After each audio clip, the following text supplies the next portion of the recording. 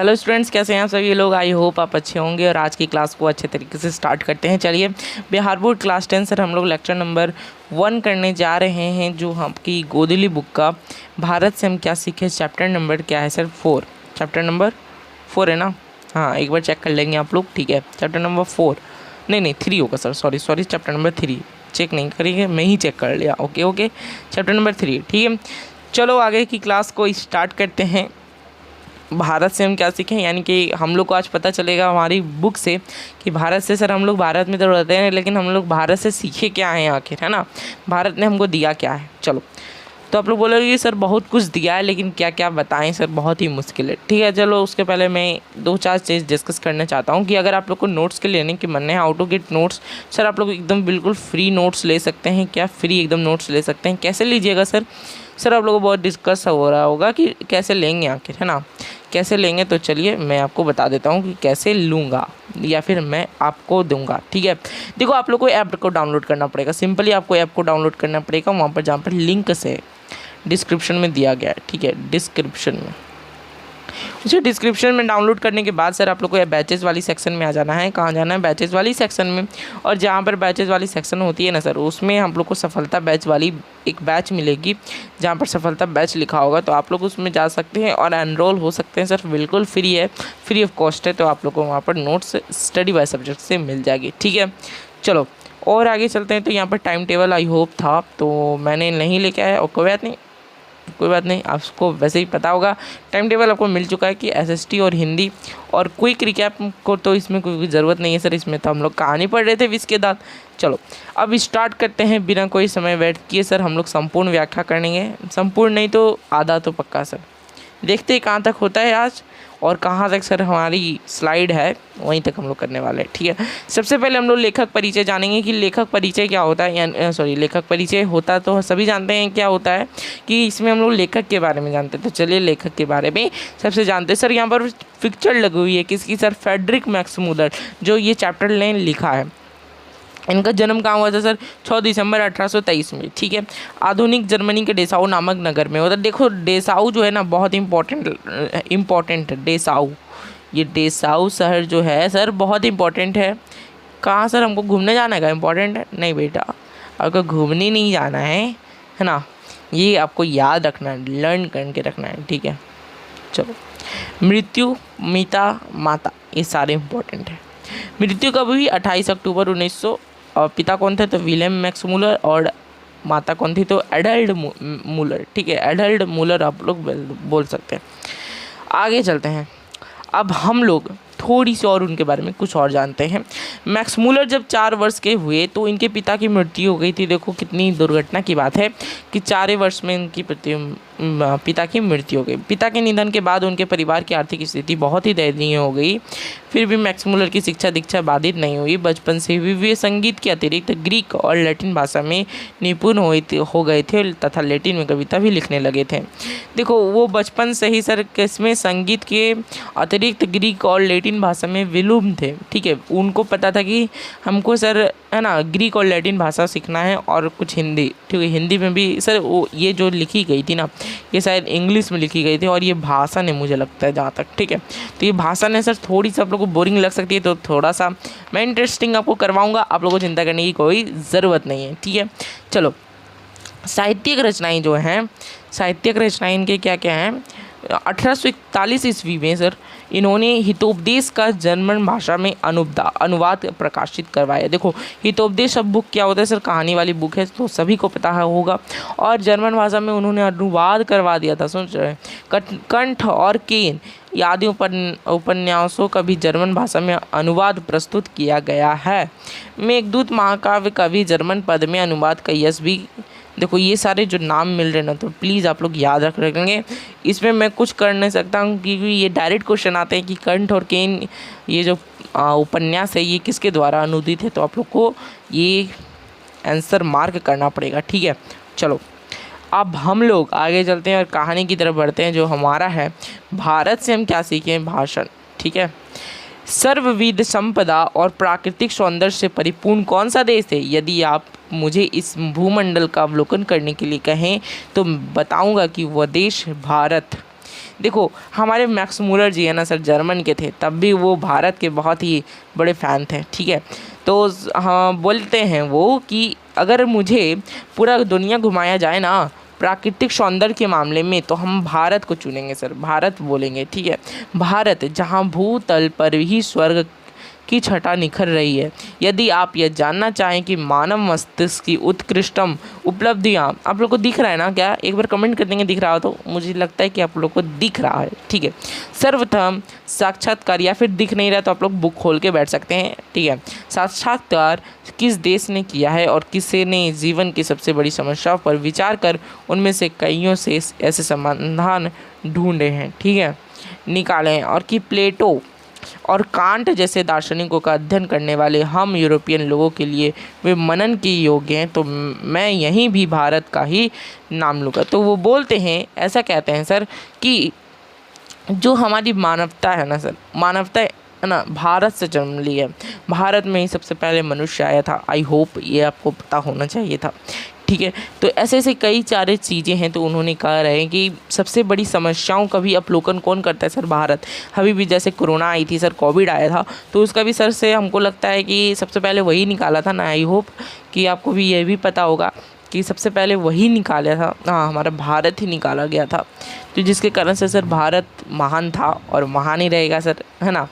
चलो आगे चलते हैं। और यदि यूनानी, रोमन और सेमिटिक जाति की यहूदी को पर विचारधारा की ही में ही सदा अवगाहन करते रहने वाले हम यूरोपियन को ऐसा कौन सा साहित्य पढ़ना चाहिए जिससे हमारे जीवन का अंतरतम परिपूर्ण, अधिक सर्वांगीण, अधिक विश्वव्यापी, यूँ कहें कि सर्वपूर्णता मानवीय बन जाए, और ये जीवन ही क्यों अगला जन्म तथा शाश्वत जीवन भी सुधर जाए, तो मैं एक बार फिर भारत का ही नाम लूँगा।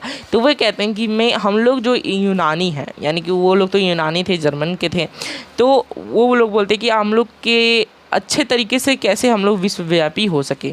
तो उन्होंने कहते हैं कि संपूर्णतः मानवता ही एक बन जाने से हम लोग को भारत से कुछ सीखना चाहिए। तो भारत से क्या क्या सीखना चाहिए वो हम लोग देखते हैं, ठीक है। आगे चलते हैं। जो लोग आजकल के भारत में घूम कर आए हैं उन लोगों को अधिकतर भारत के कलकत्ता, बम्बई, मद्रास या ऐसे दूसरे शहरों की याद है।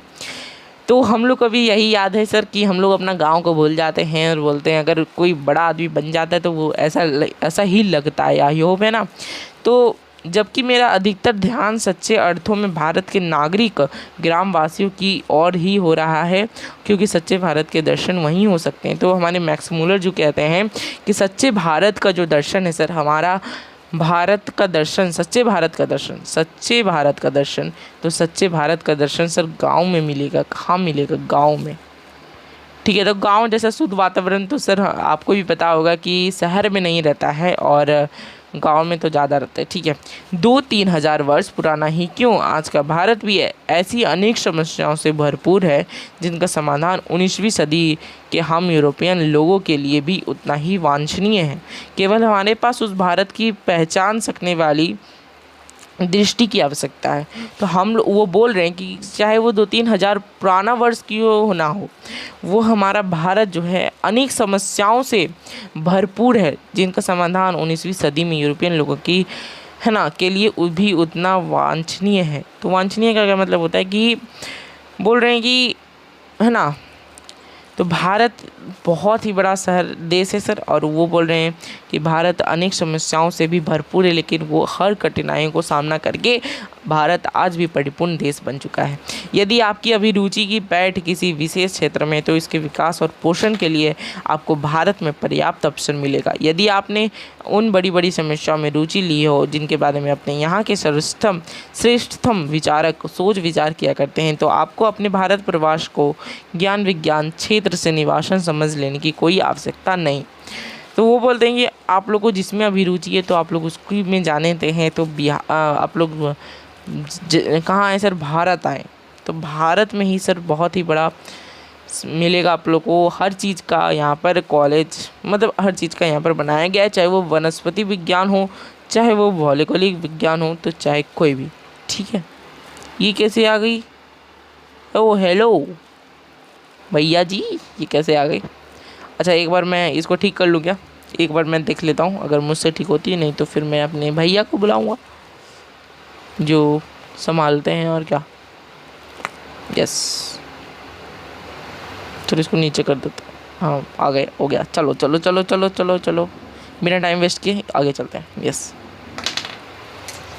हो गया सर, हो गया। चलो है ना, ये दे। अब बोलोगे सर आप भी है ना ये समझ रहे हो कैसे बोर्ड को चलाना जाता है। चलो हम हाँ समझ रहे हैं।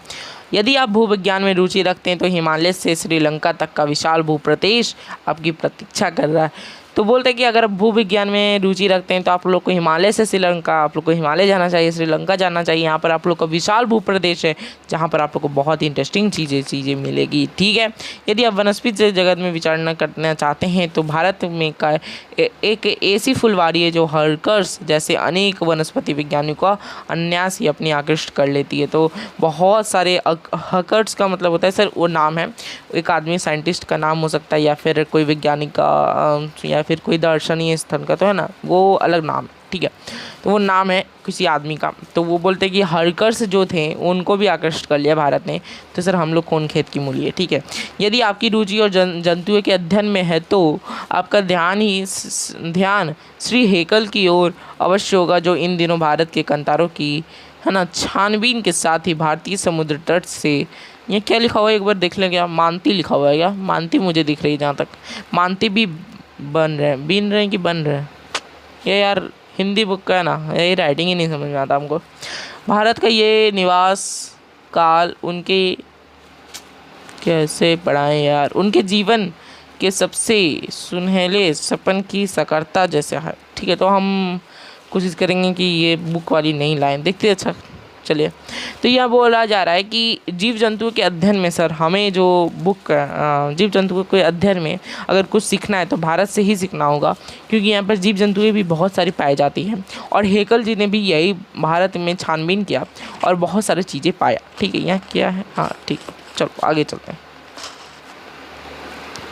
यहाँ पर कुछ लिखा हुआ था क्या, यदि आप निर्वंश विद्या में अभिरुचि रखते हैं तो भारत आपको एक जीता जागता संग्रहालय ही लगेगा। निर्वंश विद्या का मतलब है बहुत सारे बुक की विद्या, अलग अलग विद्या की तरह जानना जाता है। तो जीता जागता संग्रहालय है हमारा भारत। ठीक है, कौन कहते हैं सर, हमारे मैक्स मूलर जी कहते हैं। तो हाँ यहाँ से ठीक आ रहा है, आई होप। तो मुझे भी लगा था कि सर वो बुक का लैंग्वेज ख़राब हो गया था।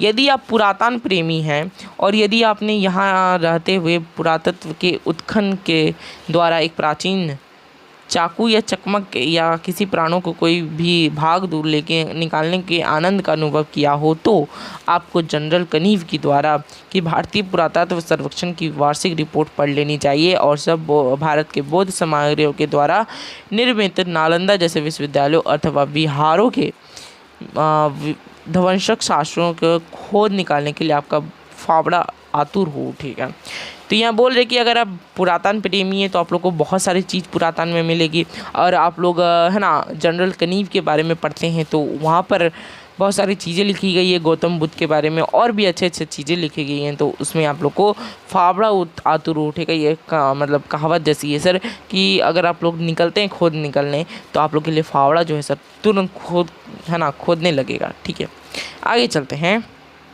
यदि आपके मन में पुराने सिक्कों के लिए लगाव है तो भारत भूमि में ईरानी, कोरियन होगा होप है ना, थ्रेशियन, पार्थियन, कुरानी, मैकेडोनियन, संको, रोगन और मुस्लिम शासकों के सिक्के प्रचुर परिमाण में उपलब्ध होंगे। तो हमारा जो भारत है सर बहुत ही विशाल था है ना, प्रचंड। अगर अखंड भारत की बात करें तो सर हमारे रूस भी हमारा भारत ही था। ठीक है, जब सारेन हेस्टिंग्स भारत का गवर्नर जनरल ना तो वाराणसी के पास उसे है ना, वाराणसी जनरल को यहाँ पर लिखा होगा, वाराणसी के पास उसे 172 दारिश नामक सोने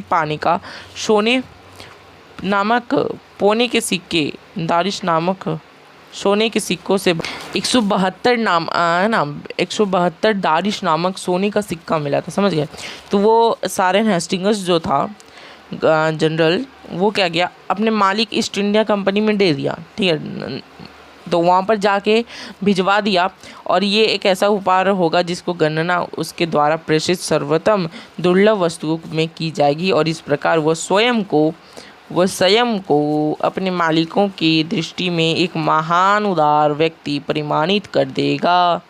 किंतु उन दुर्लभ प्राचीन स्वर्ण मुद्राओं की यही नियत थी कि कंपनी के निदेशक उनका ऐतिहासिक महत्व समझ ही ना पाए और उन्होंने उन मुद्राओं को गला डाला। और जब वारेन हेस्टिंग्स इंग्लैंड लौटा तो स्वर्ण मुद्रा नष्ट हो गई थी। जब ये आप लोग को निर्भर करता है कि आप ऐसी दुर्भाग्यपूर्ण घटनाएं भविष्य में कभी ना छेड़ते हैं। तो यहाँ पर सिंपली एक मीनिंग डाला गया है हम लोग को बताने के लिए कि गवर्नर जो था, एक हमारे जो भारत का जनरल गवर्नर था वारेन हेस्टिंग्स, तो वो उन्होंने क्या किया कि एक 172 दारिश नामक का सोने का सिक्का मिला था, वो भेज दिया इंग्लैंड। और इंग्लैंड में वो अंग्रेज़ था, हिंदी की भाषा समझेगा नहीं, तो वो क्या किया, सोचा एक फालतू चीज़ है तो इसको नष्ट कर दिया। और जब वारेन हेस्टिंग्स पहुंचा तो वो मुद्राएं नष्ट हो चुकी थी, तो वो बहुत ही अचंभित हो गया था। ठीक है, देवत विज्ञान पर भारत के प्राचीन वैदिक विज्ञान के कारण जो नया प्रकाश पड़ा, उसके फलस्वरूप संपूर्ण देवत विज्ञान को नया स्वरूप प्राप्त हो गया है। किंतु बावजूद इसके कि सच्चाई देवत विज्ञान की एक आधारशिला रखी जा चुकी है, इस विज्ञान की व्यापक रूपरेखाएं अभी निर्मित होनी है और ये कार्य जितने ही सही ढंग से भारत में हो सकता है, अन्यत्र कहीं नहीं। तो आप लोग बोलते हैं कि देवत विज्ञान के बारे में समझना है, ये देवलोक कौन है सर? तो देवलोक के बारे में भी है ना, देवलोक के बारे में भी सर कौन समझाएगा? हमारा भारत।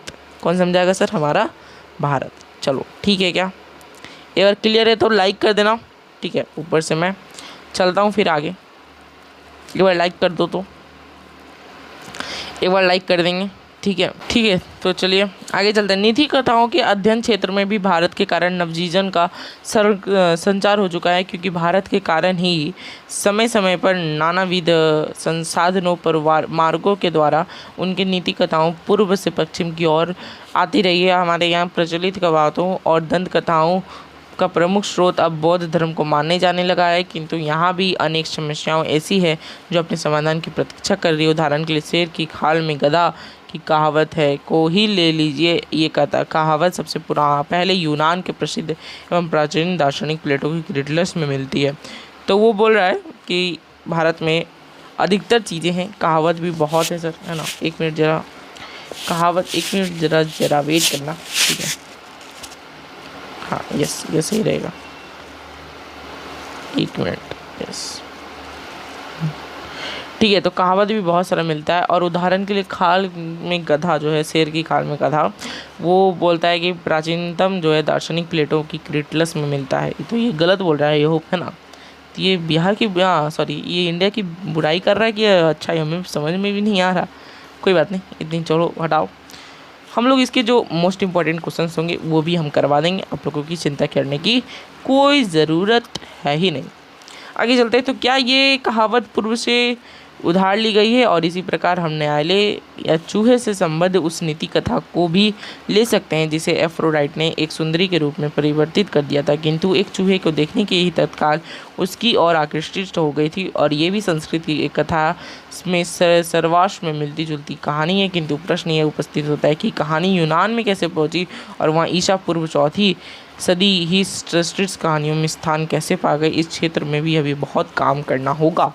तो वो बोलते हैं कि बहुत सारे संस्कृत से भी श्लोक मिले हुए हैं, वहाँ पर बहुत सारे संस्कृत से कहानी ली गई है।